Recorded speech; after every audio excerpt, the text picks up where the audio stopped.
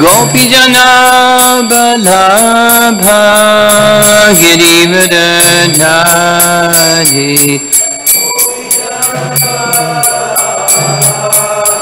Girivardhari Jasodanandana Brajajanarandhana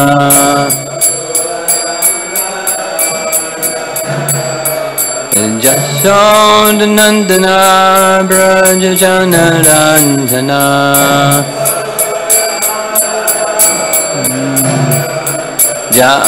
Jamuna Tira Vanachari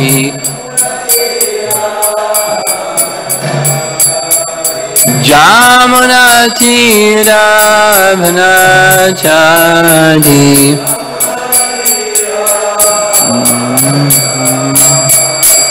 Jaya Radha Madhava Kunja Vihari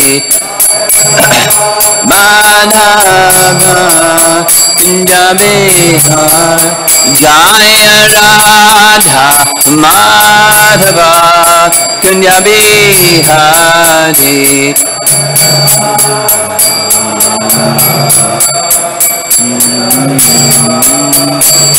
Gopijana Balabha Girivardhari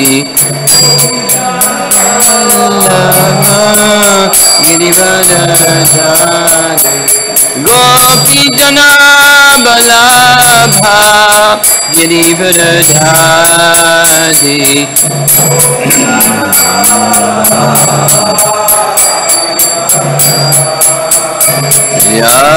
Yasodanandana Brajajanarandhana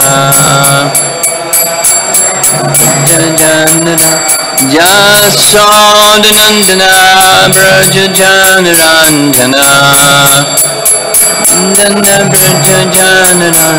Jamana Tira Vanachari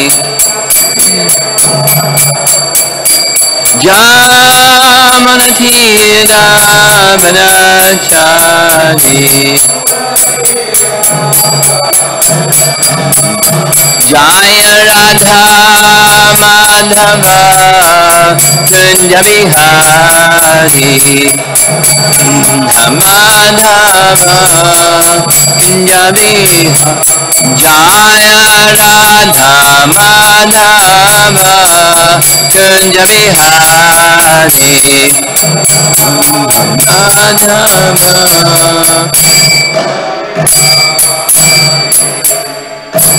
Jaya Vishnupad Paramahamsa Parividavacharya Srimad Divine Grace A.C. Bhaktivedanta Swami Srila Prabhupada Ki Ananta Koti Vaishnavrinda Ki Grantaraj Srimad Bhagavatam Ki Gaur Premanandi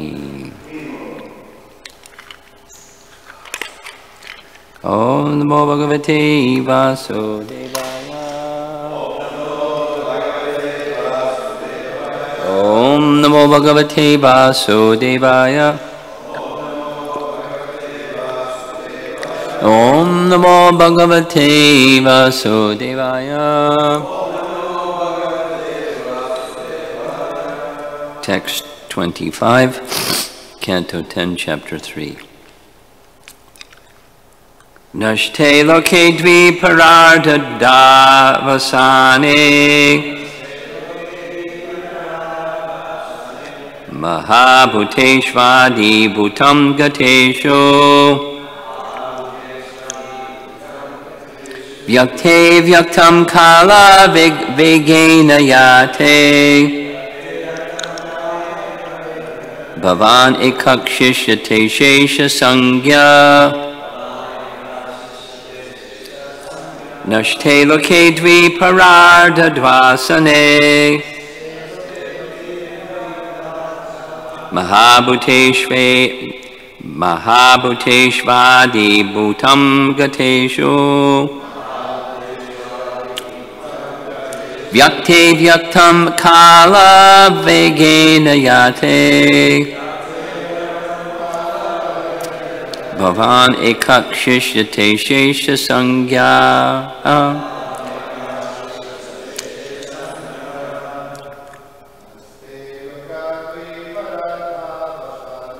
Nashte loke dvi paradvad vasane. Mahabhuteshvadi bhutam gateshu. Vyakte vyaktam kala vegena yate.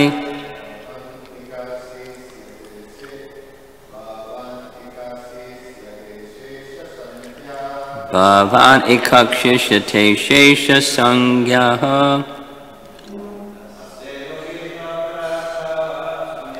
Nashte loke dvi parada dvavasane. Mahabhuteshvadi bhutam gateshu. Vyakte vyaktam kala vegena yate. Bhavan ekakshishyate shesha sangyaha.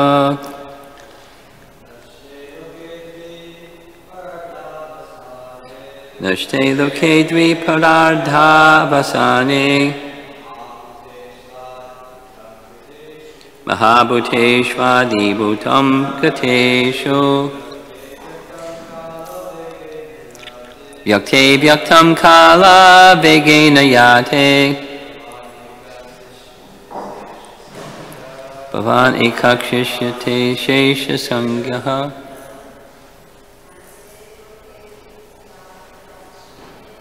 Nashte loke dvi parada dvavasane.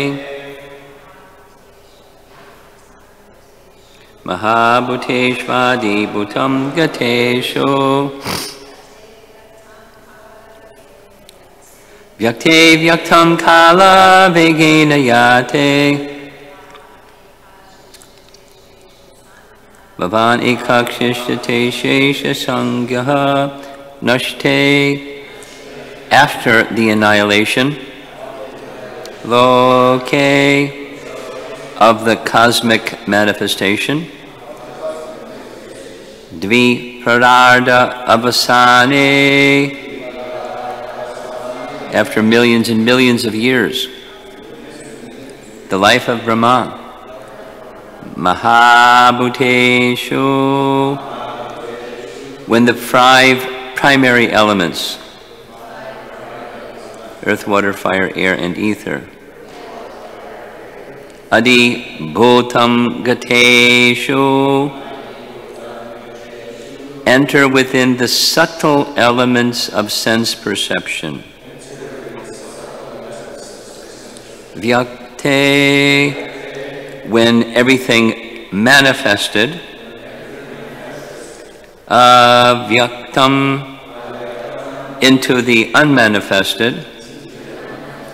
Kala vegena, by the force of time. Yate, enters. Bhavan, your lordship. Ekaha, only one. Shishyate, remains. Ashesha sangyaha, the same one with different names. Translation: after millions of years, at the time of cosmic annihilation, when everything manifested and unmanifested is annihilated by the force of time, the 5 gross elements enter into the subtle conception, and the manifested categories enter into the unmanifested substance. At that time, you alone remain, and you are known as Ananta Shesha Nag. Purport by Srila Prabhupada. At the time of annihilation, the 5 gross elements, earth, water, fire, air, and ether, enter into the mind, intelligence, and false ego, ahankara, and the entire cosmic manifestation enters into the spiritual energy of the Supreme Personality of Godhead, who alone remains as the origin of everything. The Lord is therefore known as Sheshanag, as Adi Purusha, and by many other names.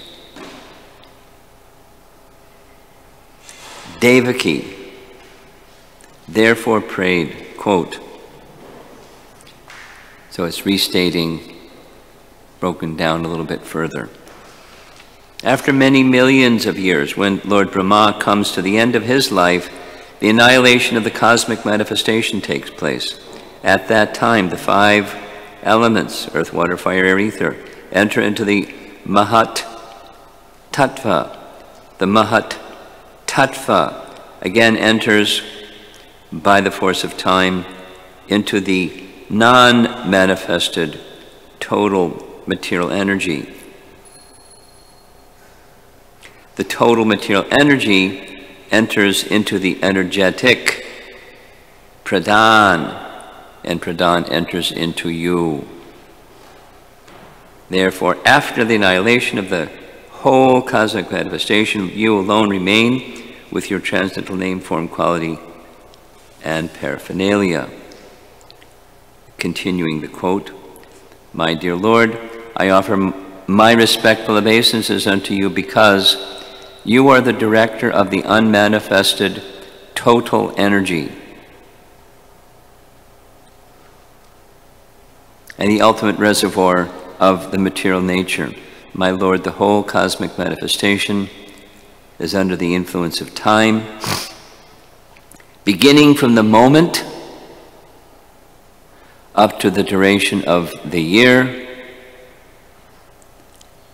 All act under your direction. You're the original director of everything and the reservoir of all potent energies.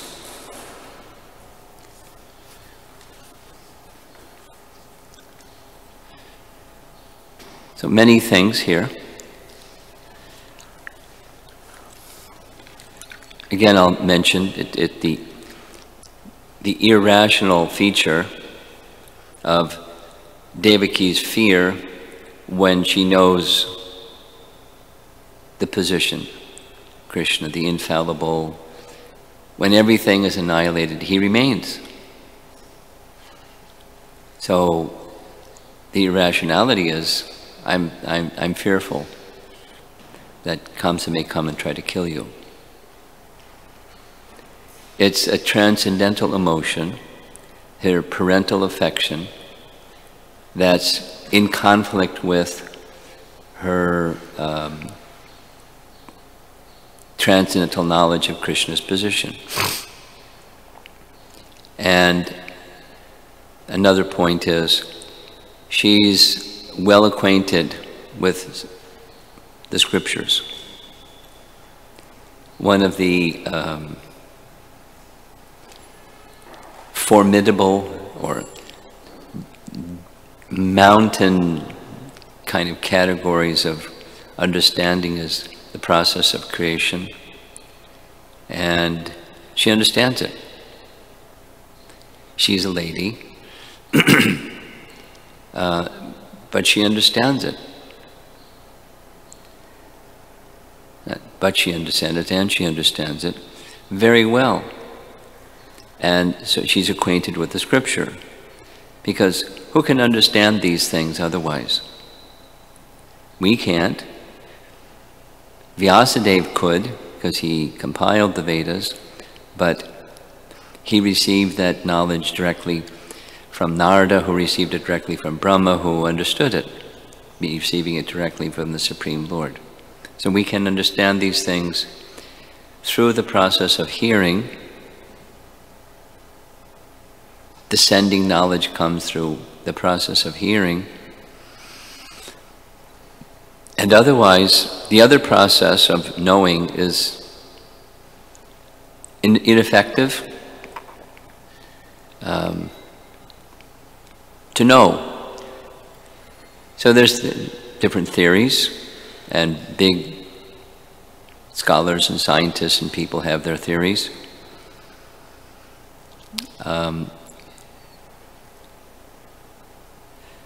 the Vedic wisdom isn't a theory, it's knowledge, descending knowledge.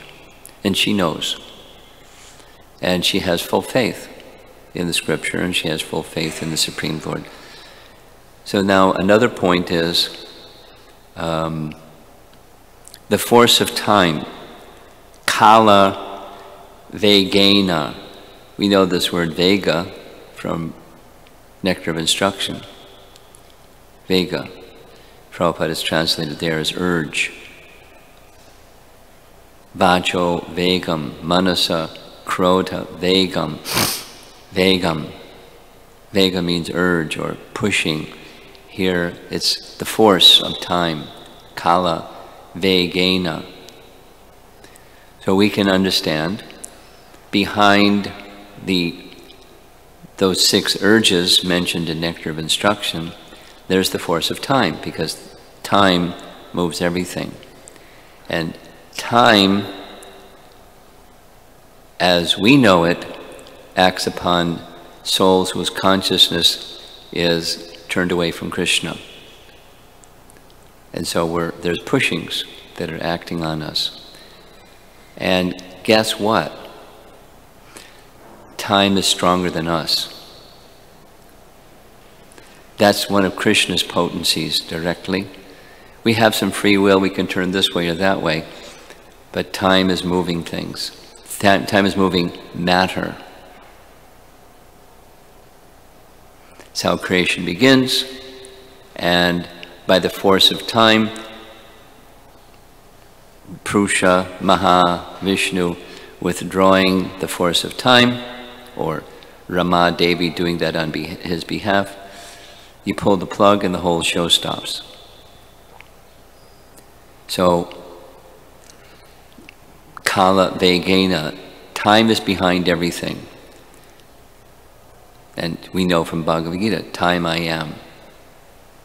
It's time he is in the sense that it's his potency, and then there's time as we know it, which is relative time as opposed to eternal time, or in contrast with eternal time. But there's a connection between the relative time and the eternal time, as there is between creation and the source of creation, as there is between the sunshine and the sun. The effect and the cause of the effect. So he's the original cause who is connected to the effect. The effect doesn't exist without the cause.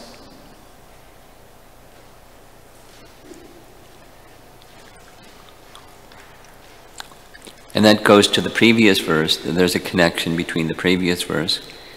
The first of her prayers is, you have unlimited forms. And that unlimited form is absolute. The absolute truth exists before time as we know it, during time as we know it, and after time is over, or time as we know it is over. Related, very important, one of the 4 essential verses, the first of the 4 essential verses of the Bhagavatam, the Chaturshloki verses, Canto 2, Chapter 9, those 4 verses. It says, Aham evasam evagre. Before creation, I alone exist. During cosmic manifestation, I alone existed. After annihilation, I alone exist. So there's this non-different relationship between the energies and the energetic. This verse in particular, her prayer, is speaking of the non-difference during the cosmic annihilation of those 3, before, during, and after. So she's speaking the after, but the after indicates something about during also. So the previous verse is about Vishnu and the forms of Vishnu being absolute. The final sentence of the previous purport is the Achintya Bheda Bheda Tattva philosophy, and that is specific to the forms of Vishnu, the various avatars, but it's also specific to, as in this verse, the features of matter. It doesn't speak about the living entities, it's speaking about matter. But so, matter is withdrawn by the force of time. And when it's withdrawn by the force of time, you alone exist. So it's a elaboration on that Chaturshloki verse. And another point is, it's a little curious. I'll point out the curious element. There's 4 different descriptions in one verse in purport about how it happens, or what happens. Not how, but what.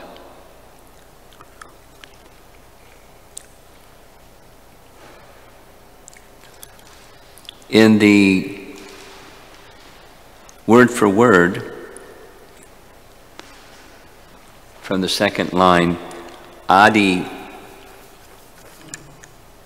Bhutam Gateshu, Adi Bhutam Gateshu, Gati means goal or destination. So the 5 elements, Mahabhutas, they enter into the subtle elements of sense perception. Okay, that's one. The 5 elements enter into the subtle elements of sense perception.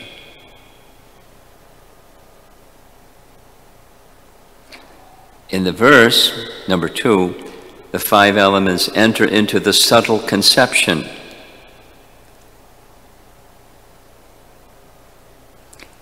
In the first, number 3, in the first paragraph of the purport, the 5 elements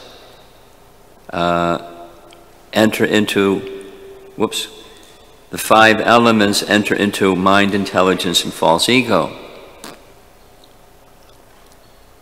And number 4, the 5 elements enter into the Mahatattva. What's going on here? Is Prabhupada contradicting himself? Not possible. That's a fundamental. So, there's different ways of saying the same thing. And you can skip some steps because this is the cause of that, which is the cause of that, which is the cause of that, which is the cause of that. And so you can say this is the cause of that and skip some steps. It's okay. Not wrong.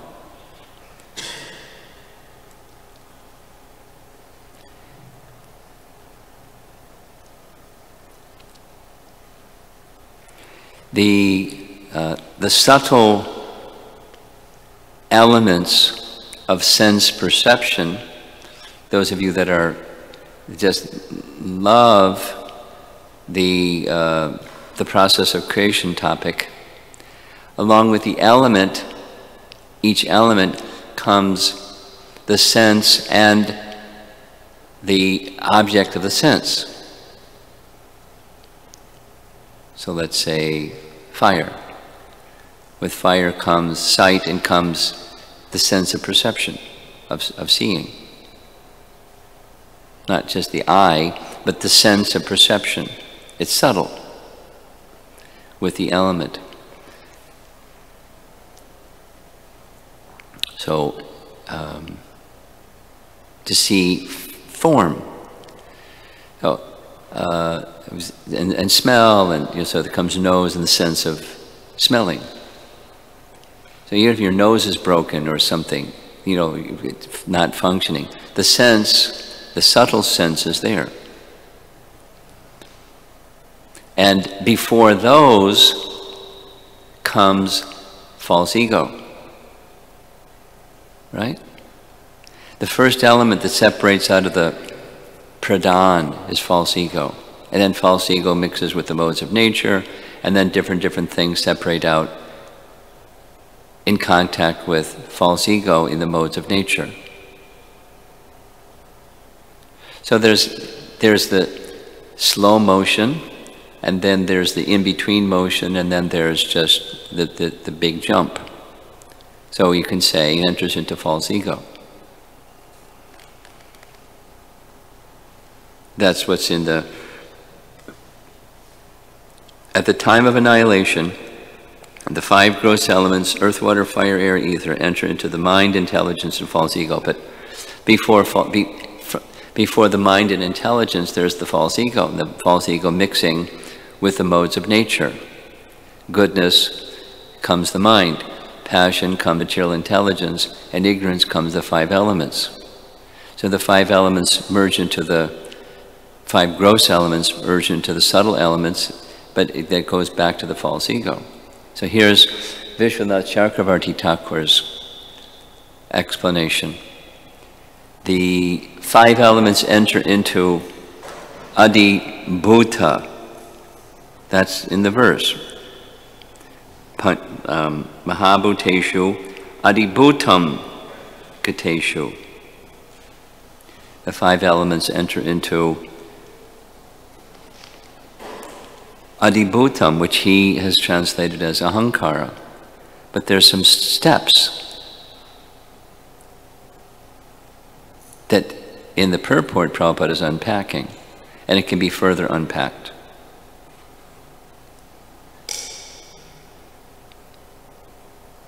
You with me?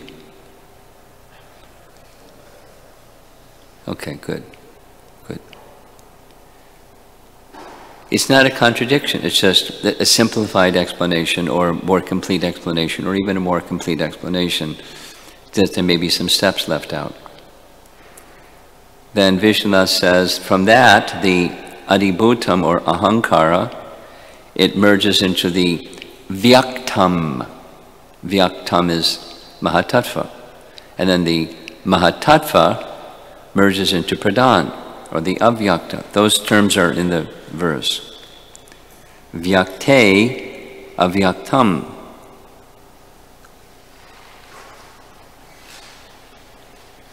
So it's the process of annihilation by pulling the plug, by pulling time, and time then collapses the whole of the creation. And when the whole of creation collapses,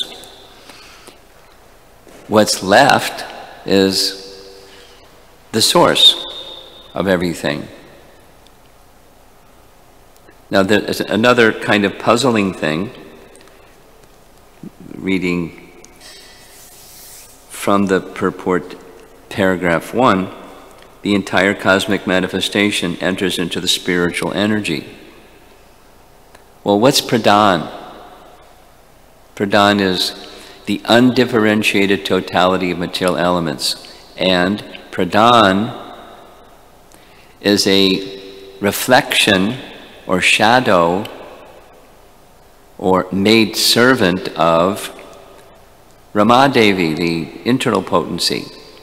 So she, Pradhan, or Chaya Devi, is a maidservant of Ramadevi, the spiritual potency. So there's a connection between the reflection and the object that the reflection is a reflection of. So it's a very simplified statement to say the entire cosmic manifestation enters into the spiritual energy. It's under the control. Never wasn't not under the control, but the differentiation is now withdrawn, and so under the full control. So let's do it the other way. Before the cosmic manifestation, I alone exist. But I alone exist doesn't mean there's no Ramadevi, that she suddenly comes into existence. Voila. Or that the Pradhan, the Chaya Devi, the reflection of her, didn't exist, and then suddenly, voila, it exists. Prakriti is eternal.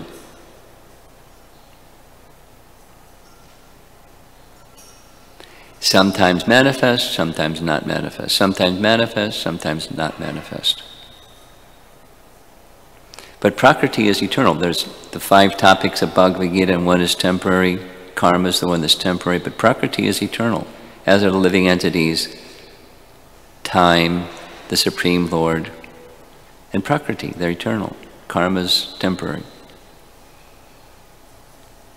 Prakriti is eternal. So that eternal Prakriti is under the Lord's direction. It's His potency. It's His potency now. You know, look around and whatever you see, whatever is the Vyakta state, it's His potency. And His potency is meant for His enjoyment, not for ours, separate enjoyment. And the happiness of the living entity is to see the happiness of the Supreme Lord, to engage that Prakriti in service to the Supreme Lord. That's the program. That's the bhakti path, to reawaken that capacity to see everything in relation to the Supreme Lord and use that everything in service to the Supreme Lord. That's perfection. That's happiness. That's love. That's bhakti.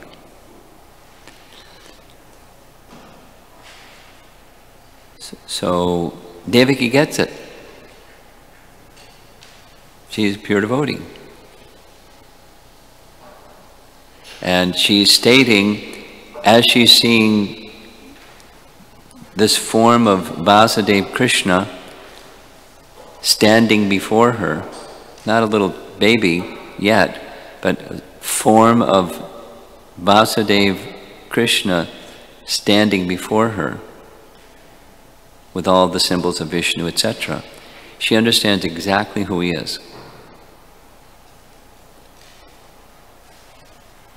In detail, in relation to everything, in relation to creation, let's say. Time is under his control. So this phrase, Nashte loke dvi parardha avasane.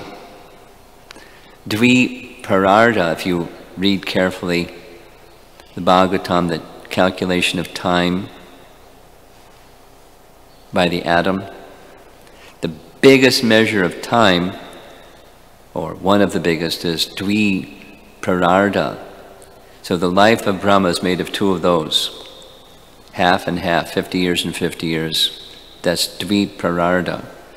So Prabhupada has made it simple, millions and millions of years. But that's the lifetime of Brahma. So, Nashte loke dvi parardha avasane. When the time of cosmic annihilation comes, the life of Brahma is over. Mahat bhuteshu adibhutam gateshu. Everything is withdrawn under this kala vegena, the force of time.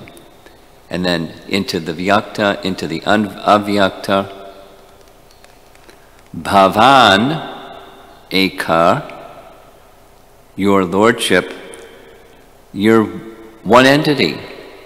And everything is also yours, in that sense, you. A detail, it's not in the purport, but because I recently had this discussion with somebody. In his college days, he had a professor in India that was a Sri Vaishnava scholar, and the whole semester he learned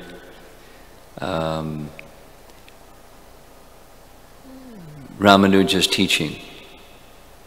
And his teaching is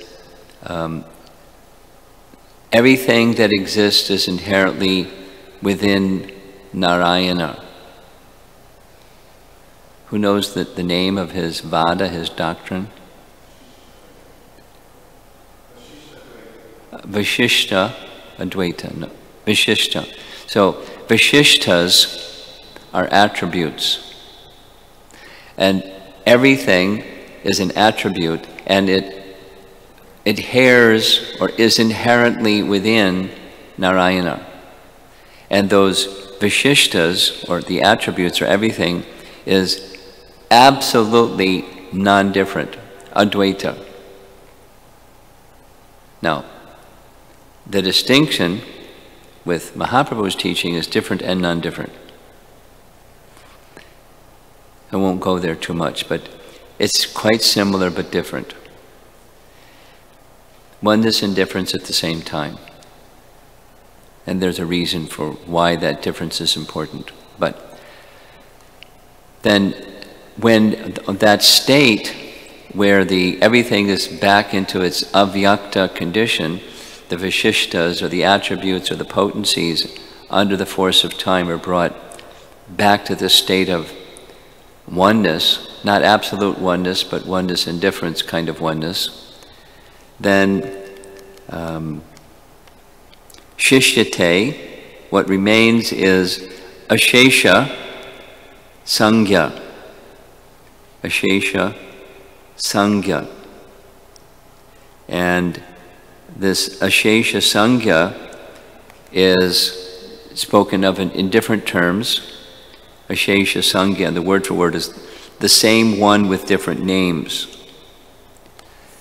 What our acharyas explain is the abode of, there's Narayana, or there's Mahavishnu, and then there's all of his potencies, his paraphernalia, and his cloth, and his everything, what's in his hands, Garuda, the whole shebang.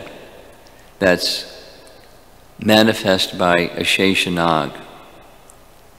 So he explains like this. This is Sanatana Goswami.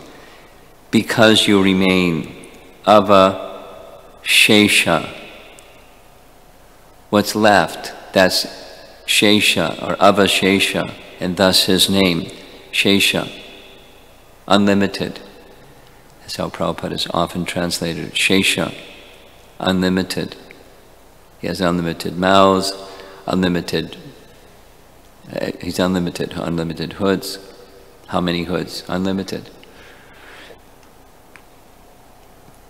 And he manifests everything, the abode of the Lord, the paraphernalia of the Lord, and all that remains is Anantashesha.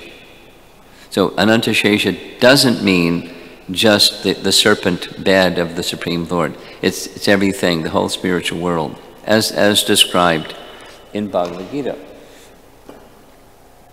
There is that place when this whole cosmic manifestation is annihilated. That remains. And the name is Shesha, or Anantashesha. But it's not just the serpent, Anantashesha. His expansion is all of his expansions in the spiritual realm. His spiritual potency manifesting whatever is suited for the Lord's pastimes and his pleasure. So that's the picture that Devaki is giving in this prayer. And circle back around to the mystery, understanding all these things in such detail, she's feeling trepidation.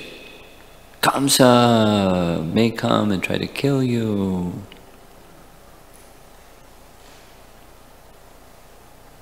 It's bhava, it's rasa. It's her transcendental love in a particular feature of love, the mathura feature of love.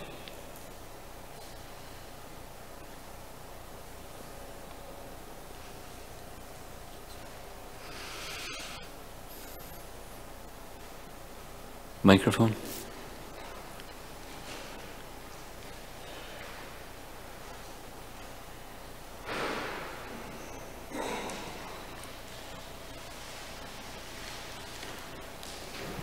Hare Krishna. So the Pradhan is described as eternal. I'm wondering how it's eternal yet unmanifest. Is that how it works? Like in the body? Eternal is what? It's eternal yet unmanifest. So within the body of Mahavishnu, these elements are existing, but he's elevated? the elements. Elements. These elements and Pradhan, they're described as eternal. Well, they're unmanifested, they're undifferentiated and unmanifested. It's a state of being. It's a temporary state of being. But they're there. They're just undifferentiated and not manifested.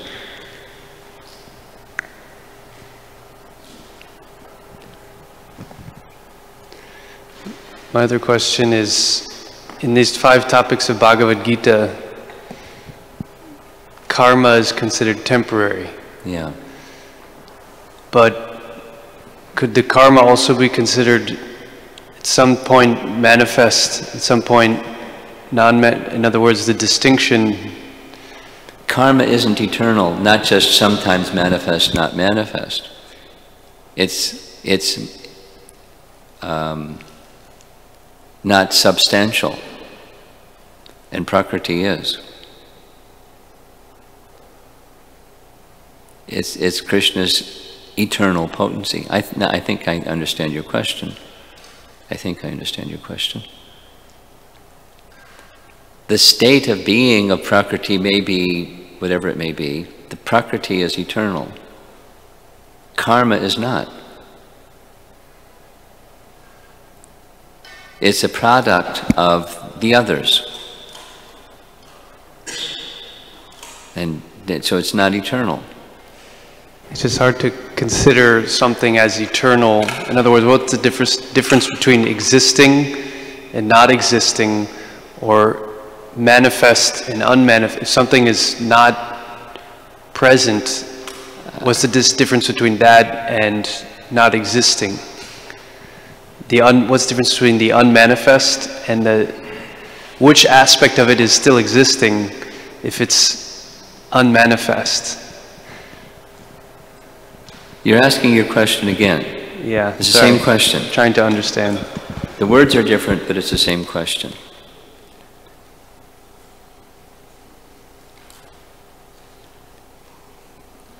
Prakriti is, regardless of its state, is one of Krishna's essential potencies, his external potency. Eternally existing external potency, the reflection or the shadow of his internal potency. It's eternally existing. Doesn't come into being, doesn't go out of being. It may change states, but it's eternally existing. Karma is not eternally existing.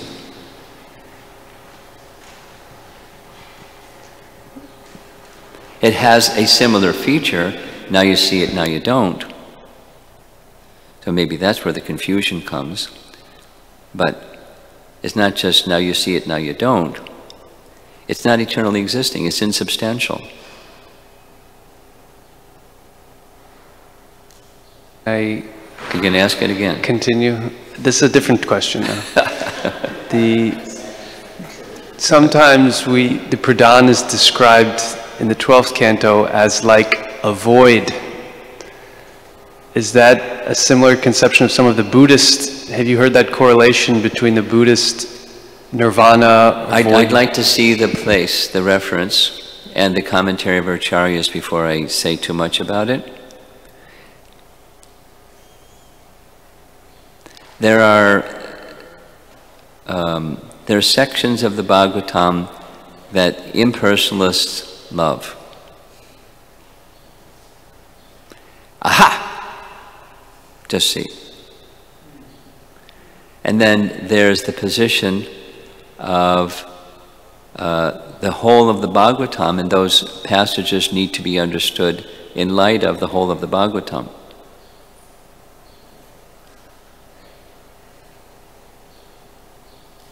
Last question. Last question. The number of jivas is considered innumerable in the sense that too many to count. It's unlimited. Too many to count, that kind of unlimited. Innumerable.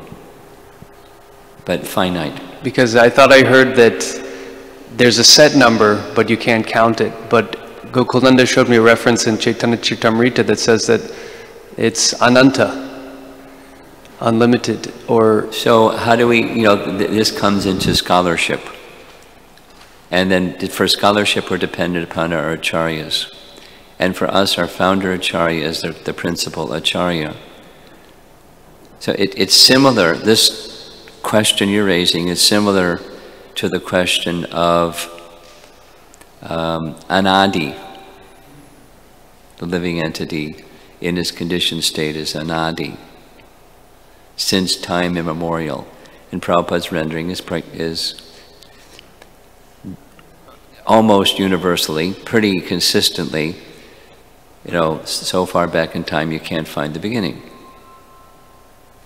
So similarly, the use, my understanding, but it's not well researched, thoroughly researched, that's really what's required. But the living entities being unlimited is it in the sense of literally it's not a finite number, or literally it is a finite number but too many to count. And you have to see how our acharyas, and specifically our founder acharya, defines or uses that term. This is hermeneutics. This question you're raising. And I can't say that I've thoroughly researched, and therefore the preponderance of usage of the term is such and such. But that's my impression. It's so finite, but so many you can't count them all, and therefore the term ashesha or unlimited is used. And that's not a conclusive answer, is my understanding.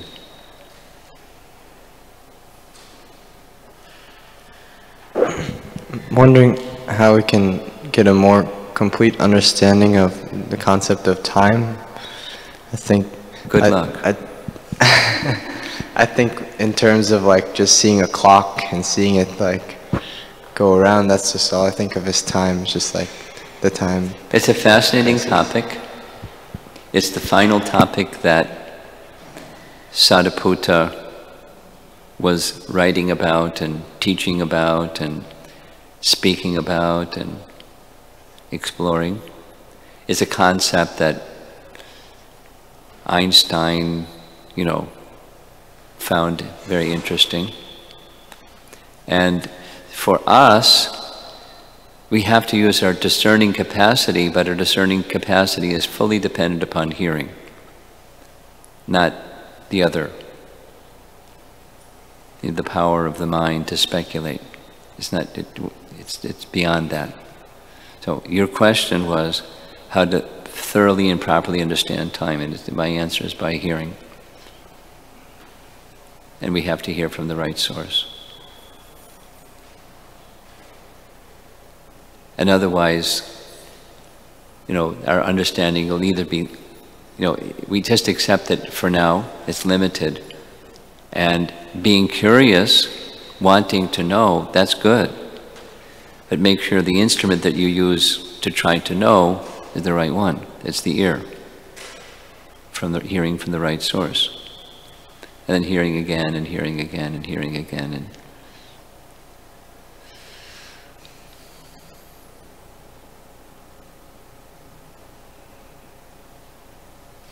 it's an important question.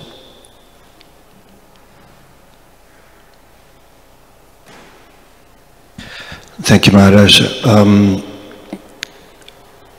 Here in this verse speaks about time, and we're subject of time by all means. Of course. Is it the unmanifested energy of the Lord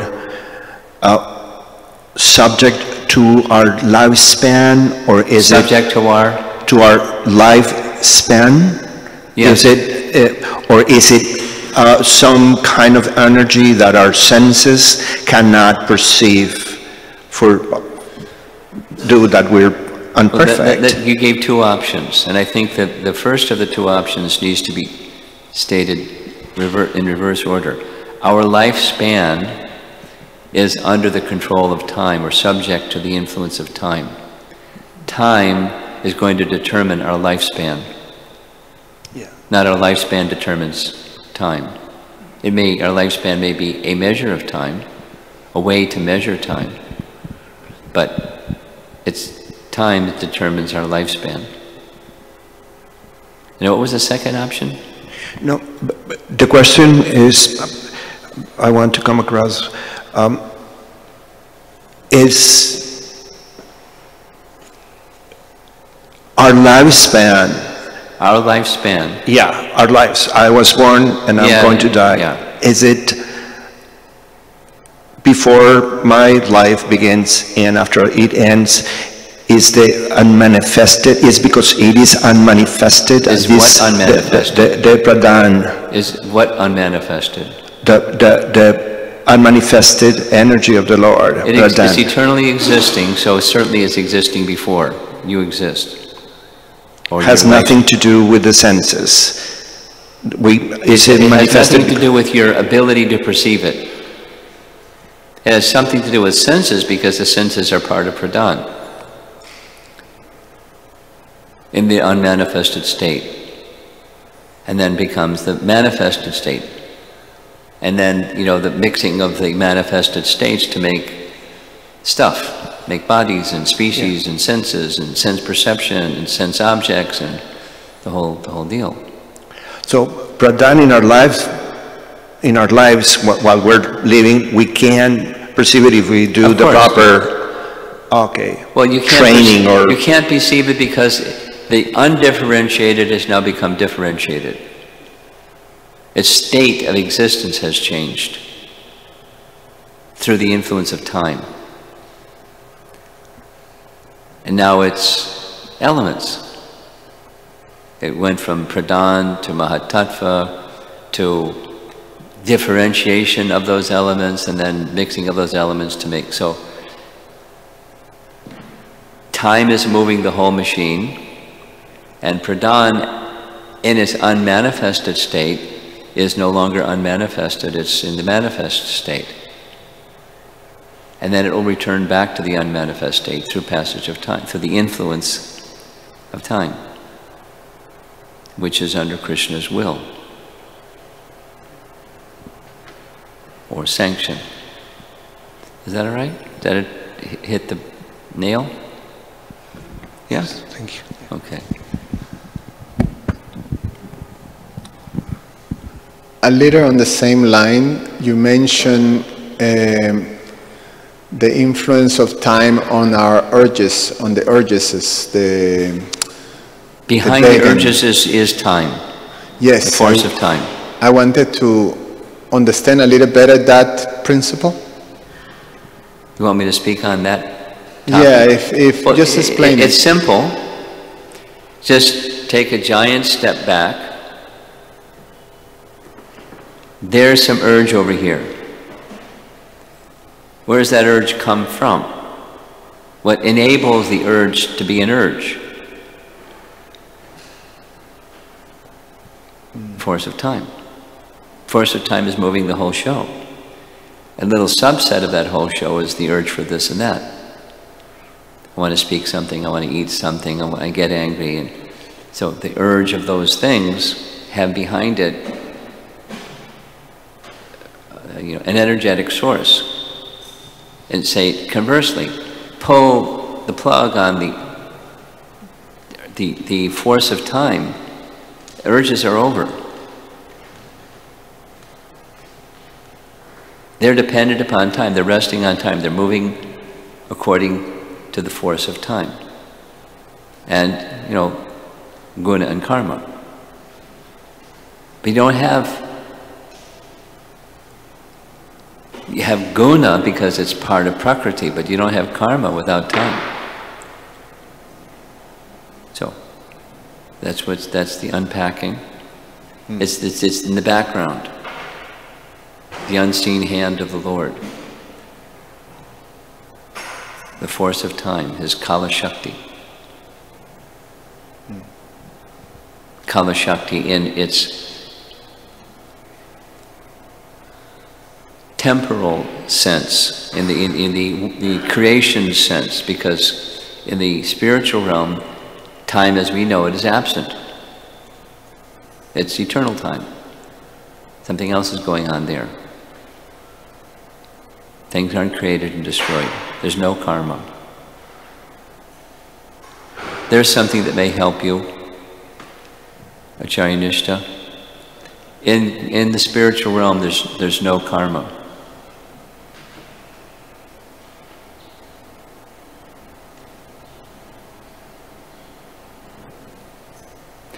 There's as we're hearing, everything enters into the spiritual potency of the Supreme Lord, paragraph 1 of the purport. There's also no prakriti.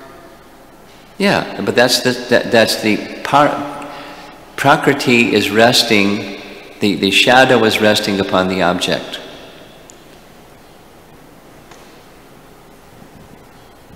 The shadow potency is there because of the spiritual potency. Durga manifests as Durga according to the instruction of Krishna to Yogamaya to manifest as Durga. It's just a transformation of, or a sub-feature of Yogamaya, the internal potency, spiritual potency. Yogamaya is not material, but she manifests under the order of the Supreme Lord. But there's no karma there in the spiritual realm. Okay? And we have 2 more questions, we're going to end. Raktak, you have a... Thank you. My question was answered. You said that time doesn't exist in the spiritual world. Time as we know it. Eternal time exists. Time as we know it is conspicuous by its absence. Is there an understanding of that form of time in the spiritual realm? I don't know.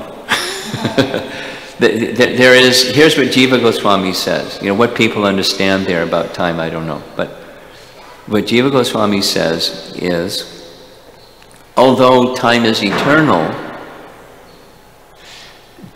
by the arrangement of the internal potency, or Yogamaya potency, there's the sense of passage of time to enhance or facilitate Krishna's pleasure. Everything exists in the spiritual realm for Krishna's pleasure. So it appears that there's day and night. That's passage of time. The rising and the setting of the sun. The daytime and the nighttime. For Krishna's pleasure. There's no passage of time. But it appears there's passage of time for the pastimes of Krishna. So it's sort of like multi-dimensional time. Yeah, I like that. Yeah. Thank you. Okay.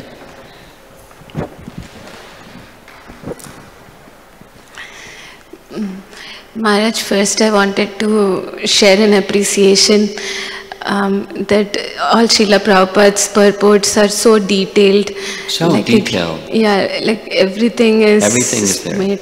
Yeah. And then I had, I don't know, I have a lot of questions, but then maybe I'll ask.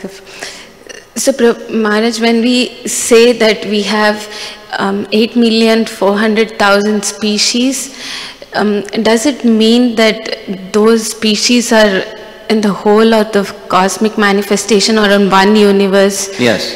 One universe? Yes. Okay. And one universe comprises of the 14 planetary systems? 14 planetary systems, yes. That's one universe? Yeah. Okay. And many such universes make the cosmic manifestation? Yes. Okay. So I wanted to also understand, like, what is the spiritual body made of, because we usually... Satchitananda. So when we say that it has like no blood and no... That's right. So like I have difficulty in understanding when we say it's Satchitananda, then the body is there. Yeah. It's just the spirit soul without the body. Spiritual form, spirit, soul. There's no differentiation as here between the body and the self, the body and the form. Excuse me, the self and the form. They're the same. No differentiation. There's not a covering of the self in the form of a body.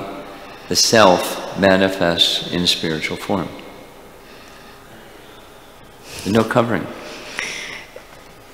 So, no blood and no veins, etc., as it says in Ishopanishad. Yes. So, like in Bhagavad Gita, we read that the spirit soul is like 1/1000 part of the hair, the end of the hair. So, in the spiritual world, the spiritual body is that part. Don't put yardsticks on the dimensions of spiritual form in the spiritual world as 1/10,000th the tip of a hair, for example. Don't do that. As Krishna so desires, that's what it is. This is speculation. So being curious to know, that's good. But it's the constraints that we find here of time and space don't apply. Mm-hmm.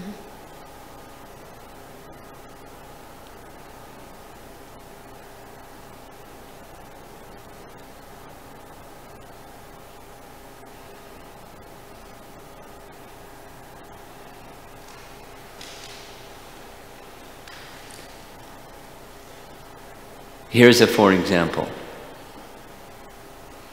When God brother Sachi Sutta Prabhu told me, he once asked Prabhupada, living entity is 1/10,000th the size of a tip of a hair, and it said that super soul is 6 inches and is inside the heart of the jiva soul. So how does it work? Prabhupada said, what is the problem? You know, and then he said it again, that the living entity is 1/10,000, and the super soul is in his heart. So Sachi Sutta thought maybe Prabhupada didn't understand the question I was asking, so he asked it again. He got the same answer. He simultaneously can be bigger than the biggest and smaller than the smallest at the same time.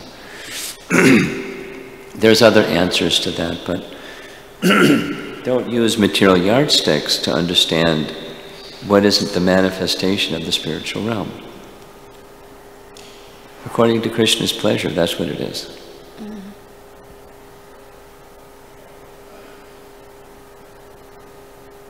Thank you. Okay. Sharampa Swami, what's the definition of the Mathura mood? What is the definition? What's the difference between? What's the definition? Definition of? The Mathura mood.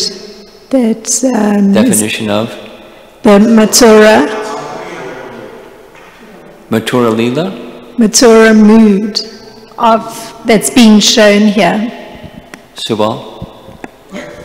What is the definition of the Mathura mood? Madhurya mood? Mathura mood? Ah, okay. I'm sorry. I have difficulty. Mathura mood. We discussed it the other day, and somebody thanked me for making it. So, outside of Vrindavan is Mathura, and there's a mood, just as Vasudeva and Devaki have, their other residents also have, a mood where there's a mixture, and to some degree a conflict of recognizing Krishna's divinity while at the same time a kind of intimacy that causes one to forget Krishna's divinity.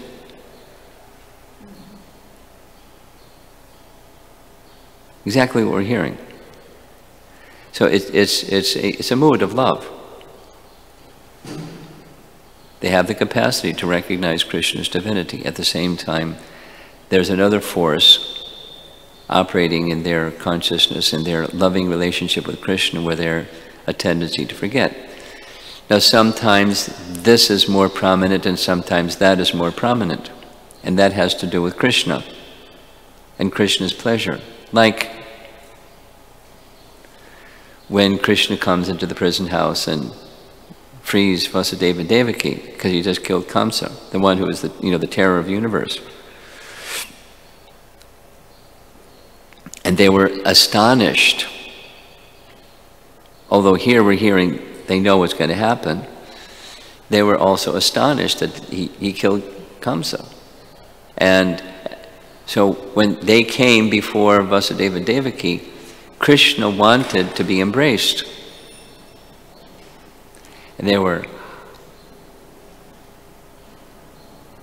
So Krishna covered them with his Yogamaya potency. They forgot. And they embraced, etc.